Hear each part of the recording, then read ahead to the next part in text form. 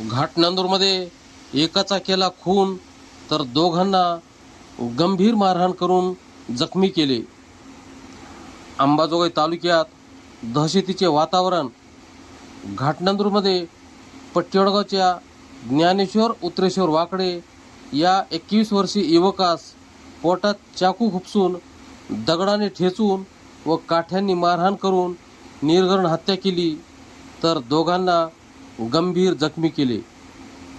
सोमनाथ कांबळे याने प्रथमेशला वाद मिटविण्यासाठी घाटनांदूर रेल्वे गेटजवळ बोलावले. मात्र प्रथमेश तिथे पोहोचताच मारहाण करण्यास सुरुवात केली.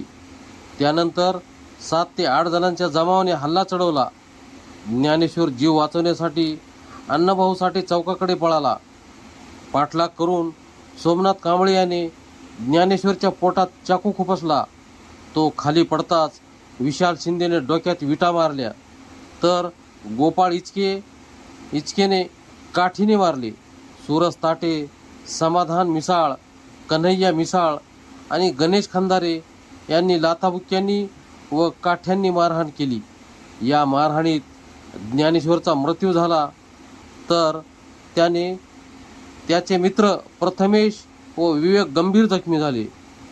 ज्ञानेश्वरचे वडील उत्रेश्वर वाकडे यांच्या फिर्यादीवरून अंबाजोगाई ग्रामीण पोलीस ठाण्यात सोमनाथ केरबा कांबळे राहणार साळुंकवाडी, विशाल शिंदे, गोकुळ इचके, सूरज ताटे, समाधान मिसाळ, कन्हैया मिसाळ, गणेश खंदारे हे सर्व राहणार घाटनांदूर या 7 जणांवर खुनाचा गुन्हा दाखल करण्यात आला.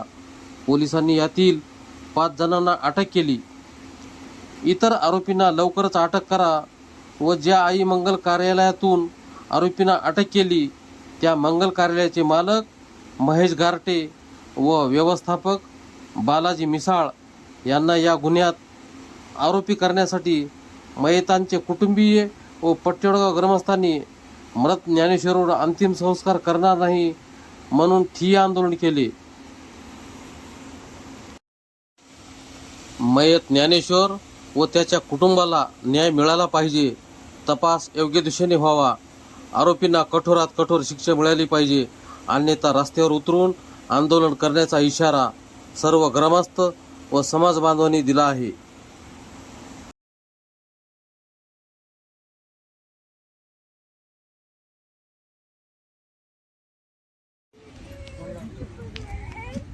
ज्ञानेश्वर वाकडेचं जे बलिदान आहे ते आम्ही व्यर्थ जाऊ देणार नाही. संपूर्ण बीड जिल्ह्यातील आणि महाराष्ट्रातील तमाम आपले जे बांधव आहेत ते सर्व या घटनेमध्ये हळहळ व्यक्त करत आहेत आणि सर्वांची प्रामाणिक इच्छा एकच आहे की ज्ञानेश्वर वाकडेला न्याय मिळाला पाहिजे.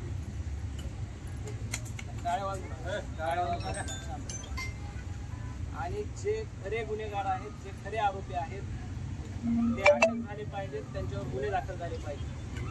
ही तशी आपली पट्टीवडगावकरांची मागणी आणि ज्ञानेश्वर वाकडेच्या सर्व कुटुंबाची आणि परिवाराची मागणी आहे.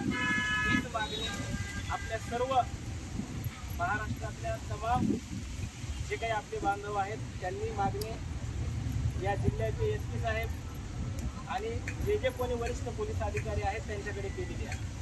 चुकीचं काहीही करायचं नाही.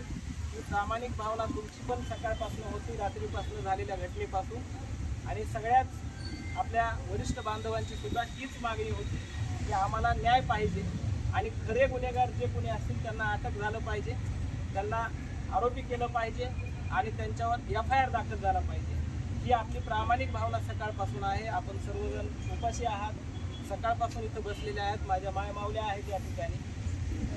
शेवटी सगळ्यांचा डेटा आणि पोलिसांनी केलेला तपास आतापर्यंत आणि केलेली वस्तुस्थिती जी आहे झालेली या घटनेची, याच्या सर्व गोष्टीचा विचार करून जो काही FIR या ठिकाणी नोंद होत आहे तो वस्तुस्थितीला धरून तो FIR नोंद होत आहे. त्यामुळं आपली जी मागणी आहे तुमची सगळ्यांची, गावकऱ्यांची आणि कुटुंबियांची, याच्यात जे जे दोषी आहेत त्या सर्वांची नावं आरोपी म्हणून घेतलेली आहेत आणि जिथं आरोपी लपले होते ज्यांनी कुणी लपवलं होतं त्यांना पण याच्यामध्ये आरोपी पोलिसांनी केलेलं आहे. ही आपली प्रमुख मागणी होती आणि ती मागणी मंजूर झालेली आहे. त्यामुळं आता आपला जो शहीद झालेला बांधव आहे त्या शहीद झालेल्या बांधवाला आपल्याला त्याचे जे अंतिम संस्कार असतात ते आपल्याला करणं आपलं गरजेचं आहे. पण त्याच्यापूर्वी आपण जे सर्वांनी या ठिकाणी ज्या कोणी सोशल मीडियाच्या माध्यमातून असेल वरिष्ठ पातळीवर जे कोणी